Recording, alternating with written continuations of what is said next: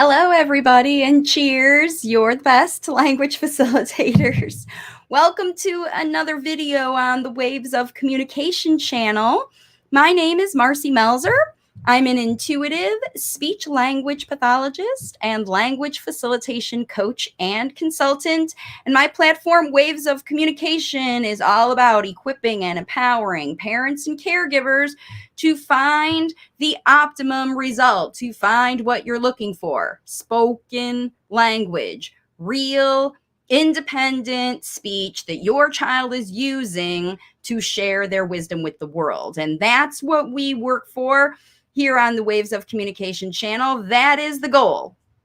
There are lots of things that we do to get on the way there, but that's ultimately what we're shooting for. And the idea is to see progress every day. Now, I have just done a video earlier this week about all the things that are affecting language facilitators and parents and kids who are currently attempting to use the standard speech therapy systems, and they're failing. That's why more and more people are joining my channel. We're over 4,400 subscribers now, so please join us, like this video, and subscribe to the channel.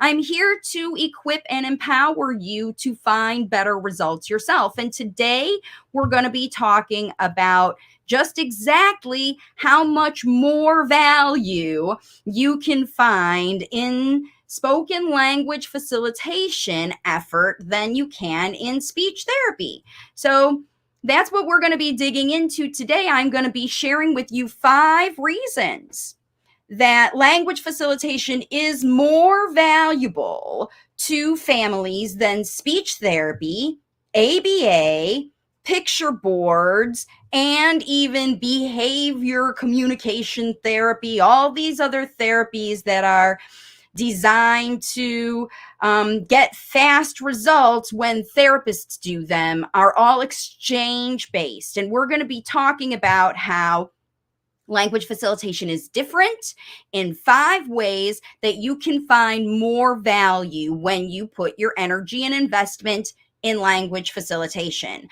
That's the whole reason that the platform exists. So let's dig into these ideas so that you can think about them from your perspective and help you make a choice. So the first reason that language facilitation is more valuable than all those other things that are available to you is that it costs less money. You can get started with language facilitation for free just by watching YouTube videos. The books are relatively low you're less than $50 to get the workbook. You could even buy a couple of them. As you move through your journey, you buy the 1-year record that takes you a whole year. So you can invest in the books, you can invest in training, even if you invest to work with me in the lifetime program with the most expensive option. It's $4,400, and you can get lifetime support for language facilitation. I wonder, in co-payments, gas, and all of the other expenses, the gifts you give to the therapist, the coffee you buy at Starbucks every time you drive there, the snacks you have to get, or the rewards that you have to buy to bribe your child or reinforce them to do work. All of those things cost money, and I believe that the way I have structured language facilitation is that it is less expensive than all of those options. So that's the first reason language facilitation is more valuable. Second reason language facilitation is more valuable is that it makes everyday living easier and more enjoyable. Your everyday living in your house, in your job, if you're working from home, when you travel, when you visit families, when you go to parties, when you send your child to school. Language facilitation makes everyday living, your everyday living, more enjoyable, easier and more enjoyable. And because you are facilitating spoken language at the same time, you are facilitating all these other things. That's why it happens. Now, remember, speech therapy and all these other things, they will separate their work from your house, or they will take their work and try to make you do their work as a therapist in your house. And that doesn't make your life easier and more enjoyable. It makes your life more challenging and full of stuff to do. Your homework, right? Language facilitation integrates those things so that you do the things you have to do, you need to do, you want to do. You don't have to give any of that up because you use all of those opportunities to connect with your late talker and facilitate the spoken language about them. And you are also using independence, motivation of your child to take the action they need to become more independent, to learn what they need, to practice what they learned, and to show up, showing people what they have learned, using it in real practical experiences in the world. That's what we facilitate, and that's what makes your life easier and more enjoyable. It's successful, right? Speech therapists don't care about the success in your life unless they are a facilitator coach and they're listening to you talk about what you have. That's what I do as a coach. I listen to you talk about the problems you have in your life, and I help you solve those problems, because through solving those problems, you get the results you want, meaning your life is easier and enjoyable and you like it. Okay. Here's the third reason that language facilitation is more valuable than any other therapy I can think of. And it is because it takes a shorter time with language facilitation to see here, basically, the results you want, which is independent speech. Your child talking to you instead of using their behavior to communicate their wants, needs, feelings, ideas, desires. They're saying it in words. That's the goal of language facilitation. There's no, if he learns the signs, he'll transfer that into speech. If he does the picture board, it'll move. No, we start from the beginning, facilitating speech, functional, independent speech that your late talker can use with everybody in the world, not just the people who understand how the talkie box is programmed, or the signs or gestures or whatever your child is using, the gimmes, the wants, the I want whatevers. Okay? We don't worry about any of that, because all of that stuff is distracting your child and your energy away from facilitating the spoken language that your child needs to not need any of that stuff, that they can communicate with everybody using. Okay, so that's the number 3 thing about this. Number 4 is that language facilitation results are natural and continue to be used without prompting. So when you dig into the language facilitation model and you set up your opportunities throughout your day, you organize them, you come in as the leader, the facilitator of that activity and that opportunity, that is when the lay talker shows up and learns valuable things. Remember, they have to see the time as valuable. That's why it's important that you see the time as valuable. I'm organizing this. You put in the responsible effort needed to establish a really nice language facilitation opportunity so that you can dig in and provide the language models that are needed to teach a new skill, facilitate a new level, work on the new thing that your child needs to work on to help them become independent and using spoken language. You know what these things are, particularly in the workbook where you are analyzing your child every day and increasing your analysis every week, identifying what have they learned in the past week and how do I integrate that into the next week. And you do that every week, every day. What did I learn today that I can put into my new plan? What didn't work that I need to get rid of? What does my child already know that I don't have to facilitate anymore? How do I help them evolve, right?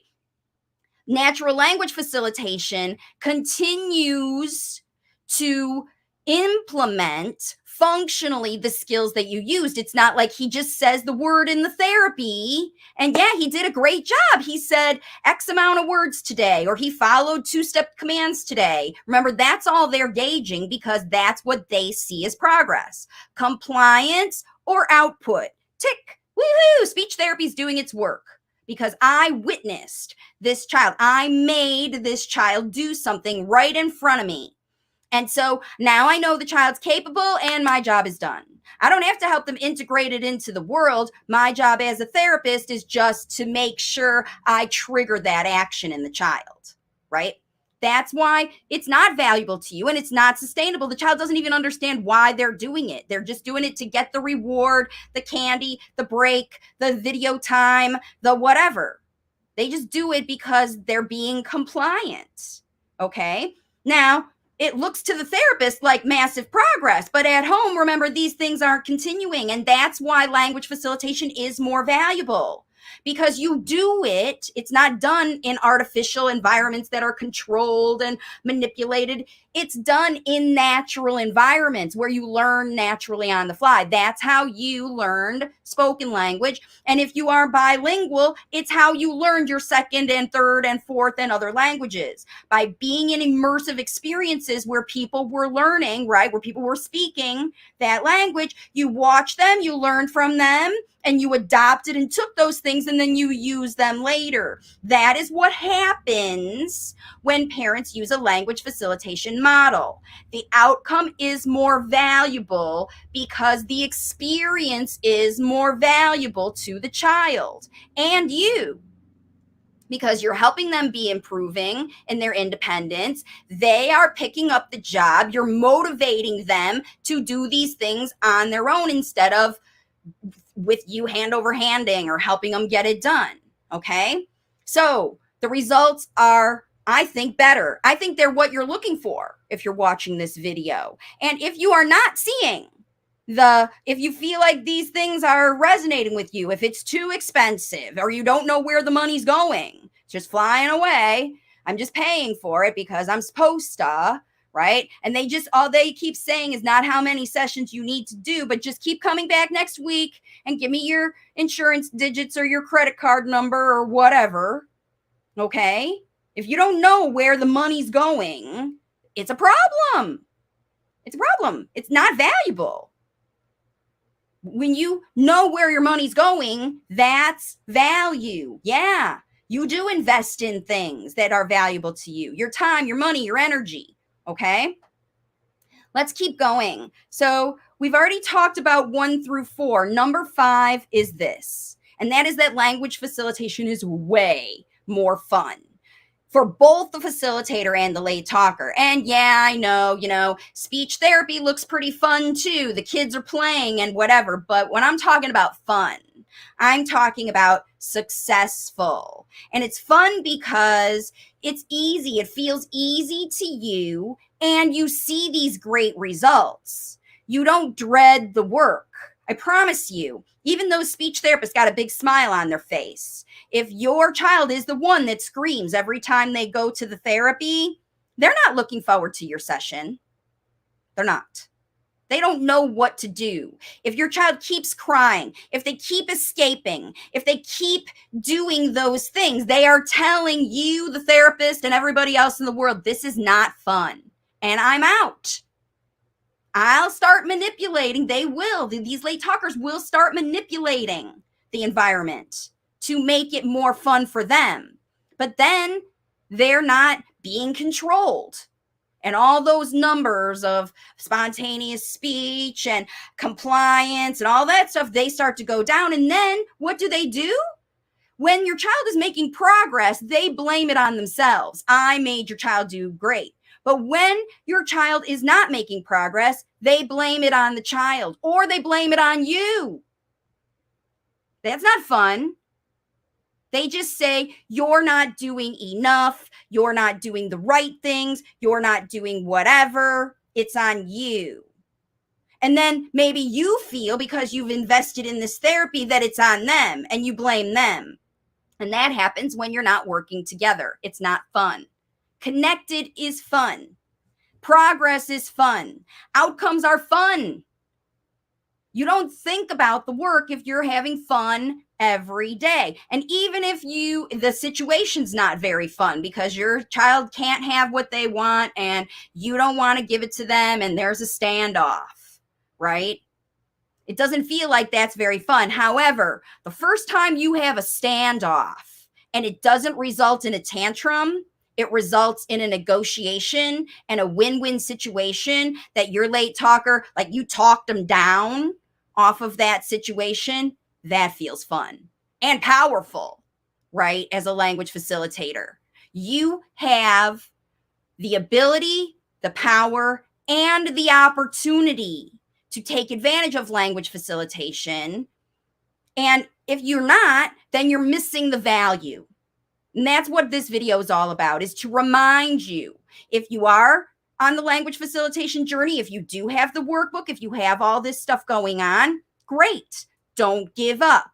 You're going to be tested on my other channel. In fact, let's talk about that right now. I have another YouTube channel. If you haven't seen the mindset work over here, I'm kind of separating it away from these nuts and bolts things because I've taken on this fight against these evidence-based, exchange-based, rewards-based, the positive and the negative reinforcements that they are focusing on, these therapists. Yes, as long as I get the 3 things that I know he loves and 3 things I know he hates, I can be in control of this child. I just saw it in a professional. They told me this is what it takes when you've got a child who's aggressive or whatever, because they're trying to change your child's behavior by squashing it and not allowing it into the world and helping turn it, shift it into spoken language. Because if these kids could talk, they would say how unhappy and uncomfortable and unvaluable this experience is for them. That's why they want to escape, to find something more valuable, right? So on this new YouTube channel, the link is in the description. So let me show you really quick what it looks like. You can subscribe over there, please, to help grow that. We do the card readings over there. We do the woo-woo. We talk about the astrology, all of that stuff. And if you are interested in really elevating your results, then the energy work part is like icing on the cake for the language facilitation strategies, okay? Mindset is everything. And your idea about your impact is very important, very important. So it's important that your child sees your impact as valuable. So I'm going to be working in the next few weeks on a new course offering. I've got one course right now, one big course that I have observed not everybody takes advantage of. They find me, they invest in that course because they're maybe at one level. They're at the beginning level, or they're at the middle level, or at the more advanced level. And the advanced people don't want the basic info. The basic people don't want the advanced info. So I am restructuring everything to incorporate all the things you need: the mindset work, the connection work, the comprehension and listening work, as well as the spoken language expression work, the strategies and information you need to get all those things going. Now, they are available right now. You have access right now to those things in the book. Here are the books. There are 3 versions right now, 3 languages, Spanish and Hindi and English. And you can get them all over the world. The links are in the description of this video and also on the website wavesofcommunication.com. So if your speech therapy experience is not valuable, these workbooks have everything you need. If the workbooks are not enough, these new courses I'm coming up are going to help you. So what I want to do now is I want to talk really quick about some of the Q&A. So hang on, my mouse is not cooperating. Let me pull this over here. So I have been getting a lot of comments lately about this. Like I said, I just did this video earlier this week. I was just really inspired. I was literally still in my pajamas talking about how I want to be here for you to help you make your time valuable with your late talker and not get distracted by all these things in the outside world. Okay. So Let's get into now some coaching. So I've got all my things for you, and this is the coaching time of the call. If you are joining me live or on the replay and you have a question about your late talker, post it in the comments now. If I can't get to it on this video, I might use it as a comment or even a topic for a future video. So I'm really interested to know how this information, how is your experience with speech therapy, ABA therapy, whatever therapy? Is it valuable? Is it not? Go ahead and put that in the comments. And actually, I've got one, a comment that I want to share with you so that you can see how other parents are responding to this idea of you as the alternative to all those systemic things. And here it is. Stone and Root. This is a YouTube comment from a couple who has been following me for a while. Well, here you can see their situation. When my child turned 3, we spent a year and a half trying all the ABA speech and YouTube videos that we could find. Okay, so he turned 3 during lockdown time. And so they were doing what I know all of you are doing. The whole reason you found me is you're just like these folks, Stone and Root. They found me. So after a year and a half of trying ABA and speech YouTube videos we could find, it was awful and fruitless, and mostly my son refused to do anything. So they saw strategies and it did not work. They had their own experience. They didn't even have to go to a provider to realize that exchange-based method, withholding things, only giving kids things they love after they do the work, all that business, okay? Now, here's keep reading because they generously shared a lot of information.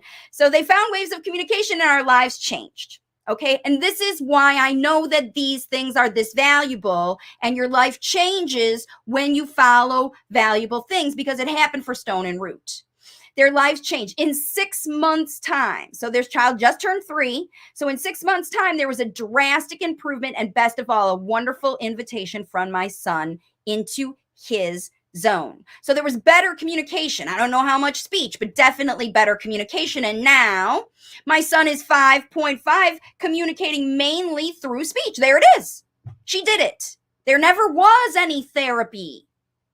And they got better results, more valuable results by using language facilitation. And these are not my clients. These are people who use the strategies on YouTube and the workbook. And I think maybe even the language facilitation inspiration cards, if I'm not correct, that I think that you guys are one of those that bought them.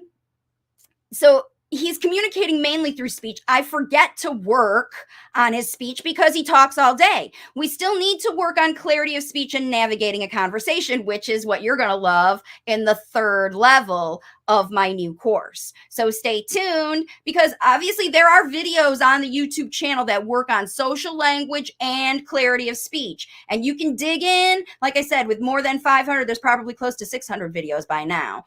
On the YouTube channel, it might be challenging to find them through the keywords and stuff. So my new course is going to be organizing those videos into sub areas so that you're going to be able to tune in to get to those levels. When we look in the workbook, we're going to be getting these kiddos up the levels. Okay. So I know with my whole heart that we would not have had the same awesome results with ABA, but more importantly to us, and this is again, where you see value, because what's valuable to one person is not valuable to another one. But where this couple saw valuable was that it was a far more enjoyable and connecting experience, because we're not talking about cleaning your house or riding a bike or going to work. We're talking about parenting a child who wants desperately to communicate with you, but they don't have spoken language. And you have the power to teach them the spoken language they need to communicate with you. They do.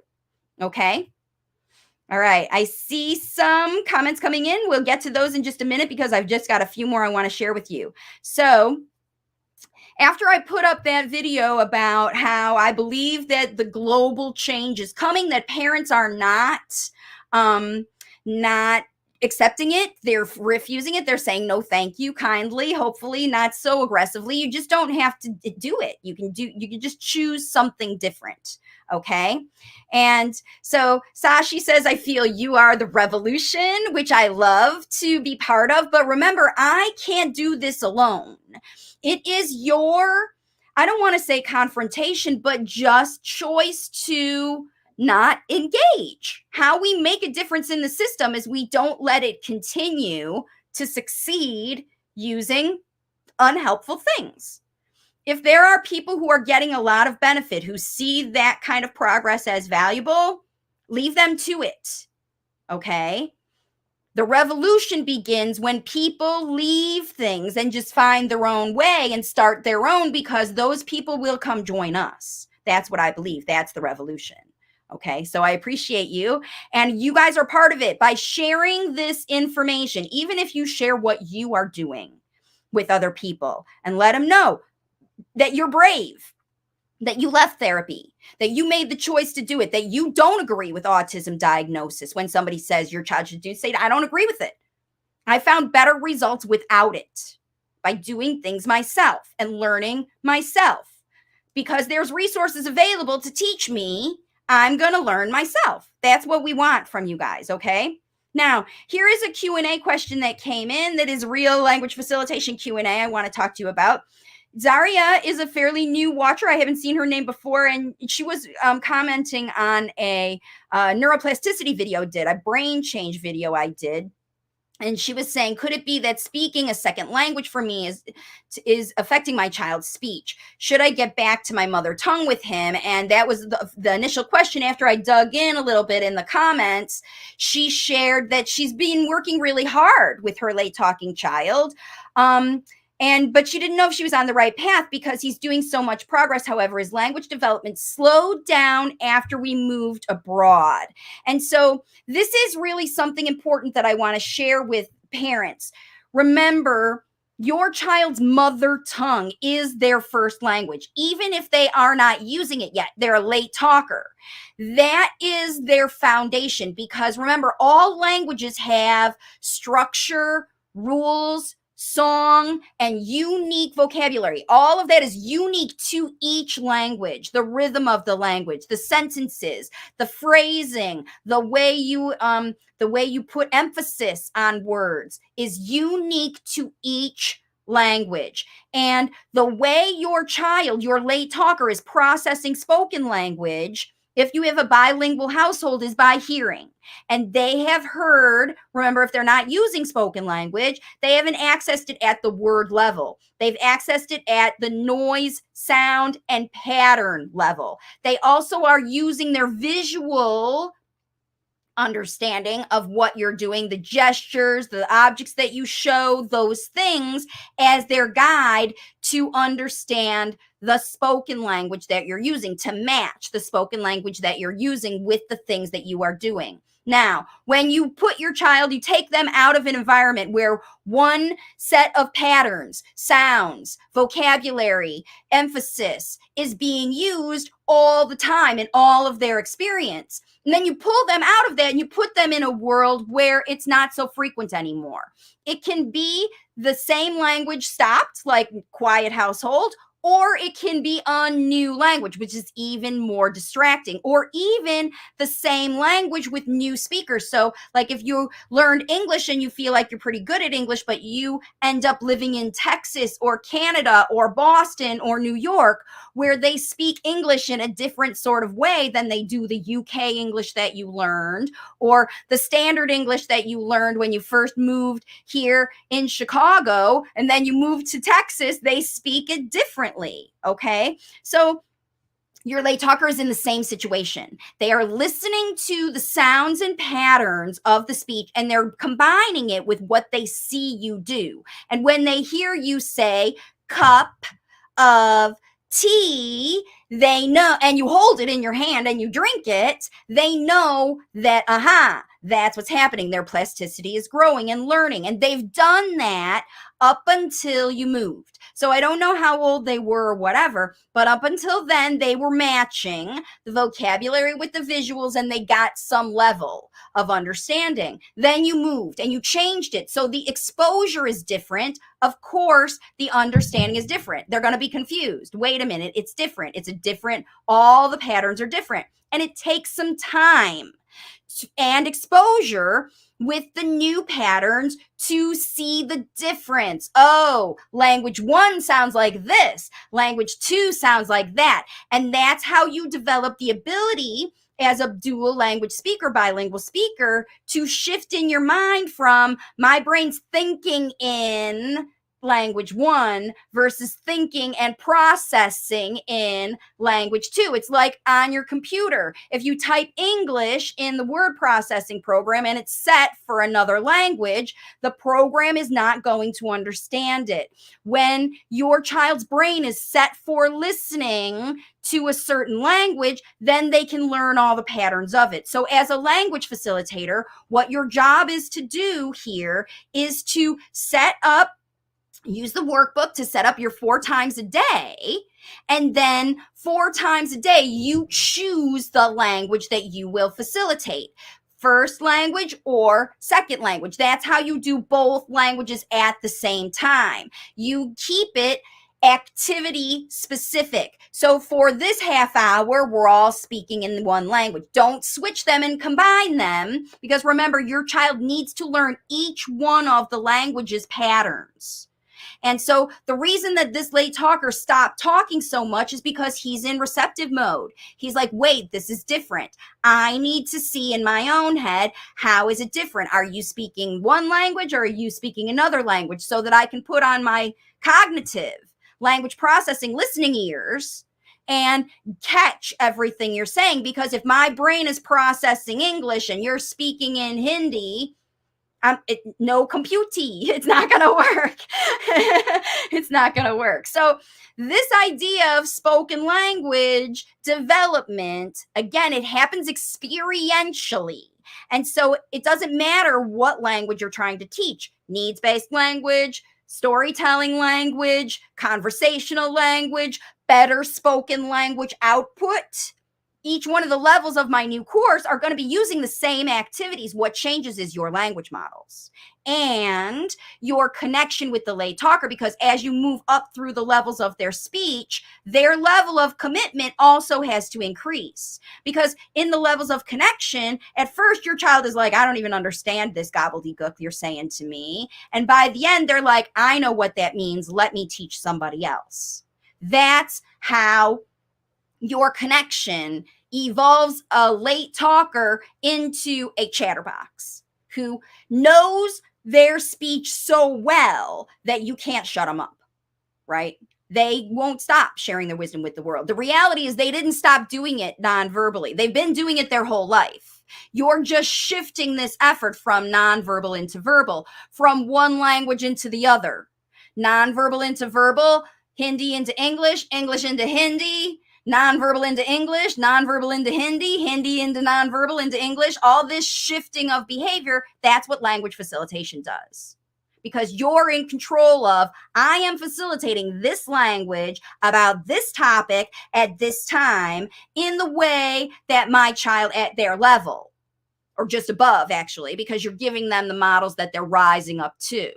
This is how language facilitation works in any language, in any situation, with any level child. It's up to you to do the analysis, just like the speech therapist does, right? What makes this more valuable is you take the time to connect with this late talker. You know everything about their life. You know what they enjoy. You know what works and what doesn't. And the therapist will trial and error and trial and error and trial and error, just like this late talking child is like, nobody's going to teach me this new language. Like, you're going to go back and only teach the old language, or only teach the new language. I'm going to be on my own learning this other language, because they're living in a place that's bilingual. Remember, it's all coming at them. So it has to be an organized job as a language facilitator. It's not, I'm telling you, it's not fly by the seat of your pants. If you want to see improvement, You put investment into this valuable intervention that you are facilitating 2 to 3 hours every single day. And you can. Parents are doing it. So that's how it works, okay? So Blondie says, I'm confused about the activities and itinerary of the workbook. Let me show you really quick. I'm going to pull this back up so you can see. I've got a graphic of the workbook that I want to share with you. This idea of what we're talking about, this itinerary. Let me pull it out. Here it is. Should it pop up here? Yep. So 4 times a day, you have the opportunity to be the leader, the guider, the facilitator. And you choose these 4 things to do every day, right? As your topics of focus. This makes sure, this is your lesson plan, to make sure that at least 4 times a day, you are using a functional activity. This is the activity that you give more time to. So if you're going to choose to use first thing in the morning as your, I'm going to put this away. If you're going to choose first thing in the morning and getting dressed as your language facilitation time, then you have to give it more time, because in order to put something in that box, you have to eliminate all the expectations of success. It is a teaching time. It is not a testing time. And so as long as it takes to teach through that opportunity is as long as it takes. At first, you might spend 90 minutes trying to get your kid dressed. I hate to say that it takes that long. It shouldn't. Most people give up and just get their kids dressed. But let's say it takes 15 minutes to get your child dressed because you're chasing them around and holding them down and doing these other things, okay? With language facilitation, that time will decrease. So at first, you might spend 90 minutes getting that done. But once your child gets good at it, you'll just stand by assist as they get dressed on their own, and it won't take very long. But then you won't use that as your language facilitation job anymore. You'll pick another one that your child needs assistance with. Because the goal here is to use the opportunity to help your child get more independent as the time you're teaching them their spoken language at the same time. They are 100% focused on the activity of getting dressed. If you facilitate, if you set it up right, there you are together in a joint community activity, and it takes as long as it takes. Now, the workbook gives you 4 times a day that you set this up. And if you choose 4 times a day of things that your child does in a heartbeat, then you're not using this opportunity to your benefit. You want to pick things that they enjoy, that they need, that you already do every day, but they're not very good at. And they want to be better at. And you motivate them to be better at that thing 4 times a day. Sharing their ideas, playing with blocks, doing their hair, whatever. It doesn't matter what it is. The workbook tells you how to find those opportunities to get them done. Okay? So that's all I have from the old questions. I've got some new questions coming in. So Kelly says, whoops, hang on. Oh, wait, here's the first question that came in. So my son keeps repeating hi, but he's doing it because he knows I don't want him to. What do I do? Your son is triggering you on purpose, okay? He's doing things that you want to get your attention. It's the only language your son has. And if you are seeing at face value and not looking at the messages behind, why is your child getting your attention? Why don't you want him to say hi? Why? The answer to this is why. Now it's become a habit because you didn't address it. When you see things that you love, you got to address them. And when you see things that you don't love, you have to address them. Otherwise, they will continue. Your child is developing their own spoken language. If you are not in control, then they'll just keep doing what they're doing. And if they know they can trigger you by doing it and you get triggered and you keep getting triggered, get triggered over time, you're just teaching them the new pattern of how to annoy you. If it's become a habit, it's intentional, right? When I want to annoy mom, all I got to do is go, hi, hi, hi, hi, hi, hi, hi, hi.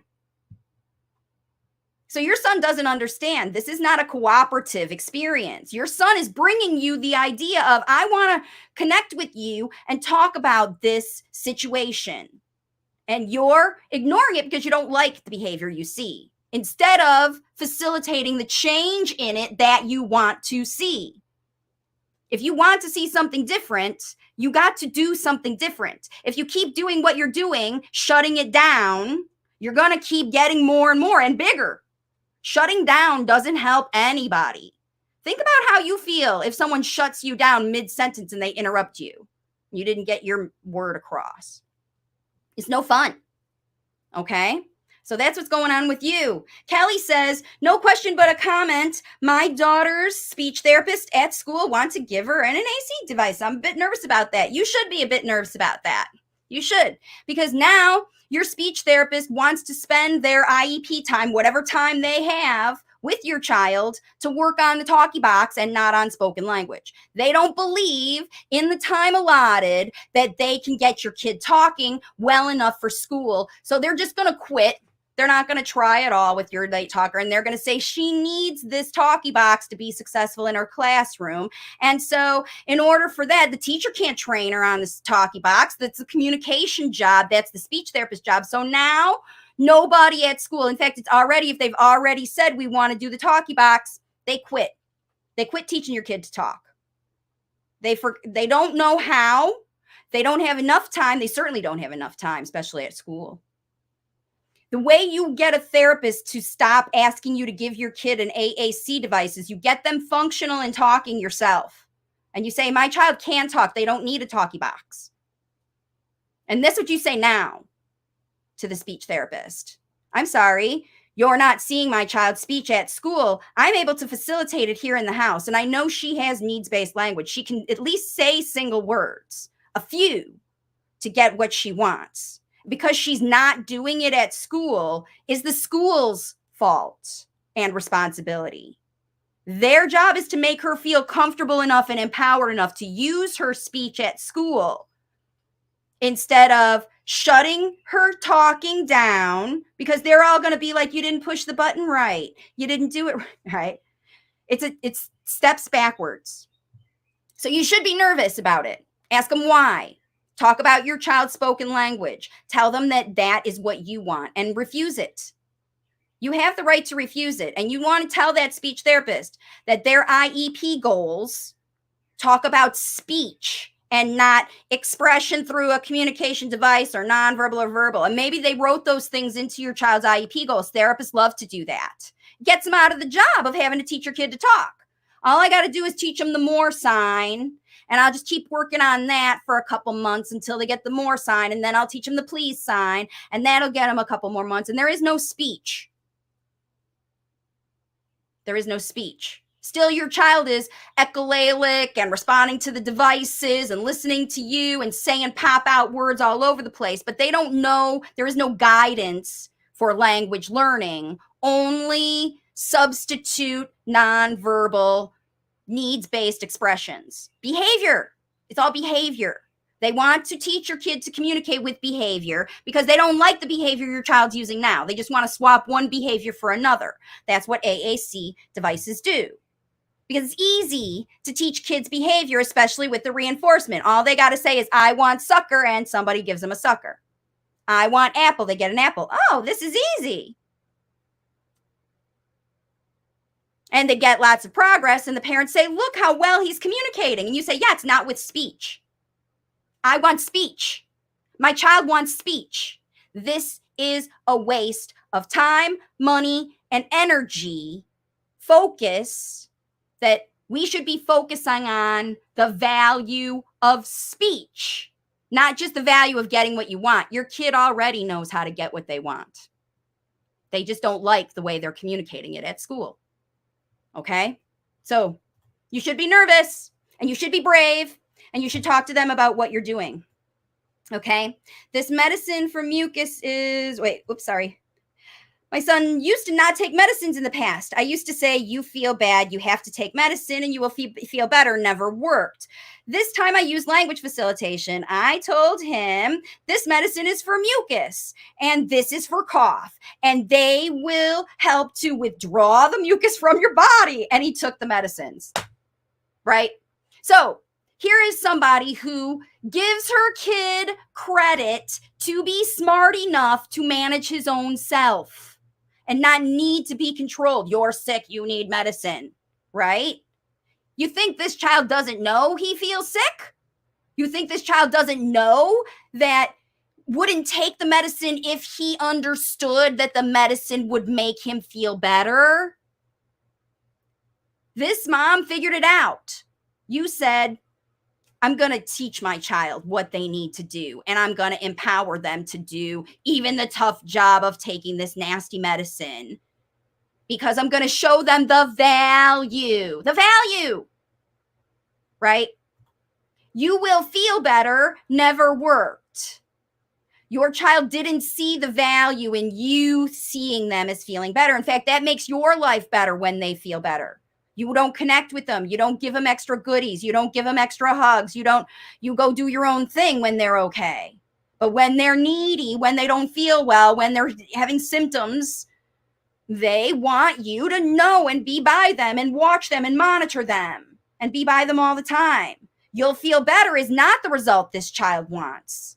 This child wants the mucus gone. And they understand it because they deal with it every day, 24/7. That gunk in your head, this makes it go away. Give me the stuff, right? They know what it feels like to deal with a gunky head. So I love it.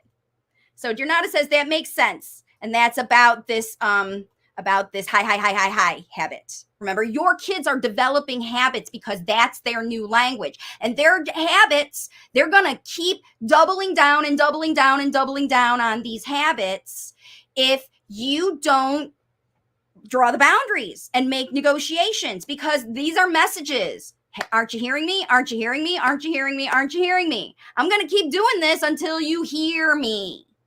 Your child deserves to be heard. They want to be heard. They're not going to stop communicating until you hear them and respond to them. Because if you don't, eventually they will find someone else. And if they can't find another human, they'll turn to their devices, or they'll turn inward into their own self. They need connection. They need your inspiration. They need your ideas. They need your support. They need your care. And they need you to give them the stuff they want that they can't get by themselves. They need you. And use it. That's your job as a language facilitator. You have a connection. Your child is coming to you 24/7 because they need you. They're telling you what they want from you with their behavior. Give it to them. Give them reasons. Talk to them through it. Give them credit for being smart. They'll shut you down if you're talking too much, but they'll also shut you down if you're talking down at them, if you patronize them, if you ignore them. You're going to get that back. They mirror that back to you. Your late talker wants value from you. They don't want to be controlled. They don't want to be manipulated. They want value. And when you present them with a valuable experience, 2 to 3 hours a day, you will see a difference in their spoken language, in their trying, in their effort, in their compliance, and all those things that you want, that you've been trying to force, or that ABA tries to force. You'll get better, faster, easier results and have a better time with language facilitation. I know it. It works. The parents on this video even said it works. Trust them. And visit wavesofcommunication.com if you want to see all the resources. The links are in the description.